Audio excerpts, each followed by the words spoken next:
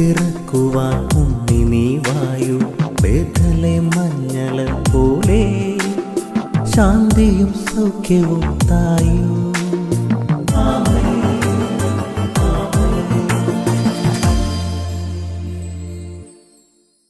യേശുവിൻ്റെ ഏറ്റവും പ്രിയമുള്ള കുഞ്ഞെ, 2 മക്കബയർ 8:18 സർവശക്തനായ ദൈവത്തിലാണ് എൻ്റെ പ്രത്യാശ.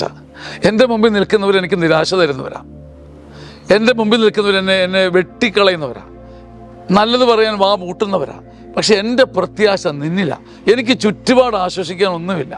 ഞാൻ ഏറ്റവും ആശ്രയിക്കുന്നവരും ചാരിവരും പോലും എന്നെ വെട്ടിക്കളയും, വീഴ്ത്തിക്കളയും, എന്നെ നശിപ്പിച്ച് കളയും. പക്ഷേ സർവശക്തനായ ദൈവം ശക്തിയോടെ നിൽക്കുന്നു മാത്രമല്ല, എനിക്ക് പ്രത്യാശ തരും.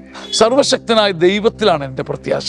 ഈ വചനം ചുമ്മാ ഒന്ന് ആവർത്തിച്ച് 2 മക്കബയർ 8:18 നിങ്ങൾ ചുമ്മാതെ രാവിലെ തൊട്ട് 10 തവണ പറഞ്ഞ് സർവശക്തനായ ദൈവത്തിലാണ് എൻ്റെ പ്രത്യാശ.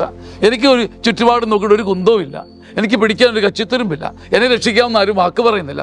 ഞാൻ ചാരിവർ കൈയൊഴിയുന്നുണ്ട്. ഇന്ന് തന്നെ ഒരു മനുഷ്യൻ വാക്ക് തെറ്റിച്ചു. പക്ഷെ സർവശക്തനായ ദൈവത്തിലാണ് എൻ്റെ പ്രത്യാശ.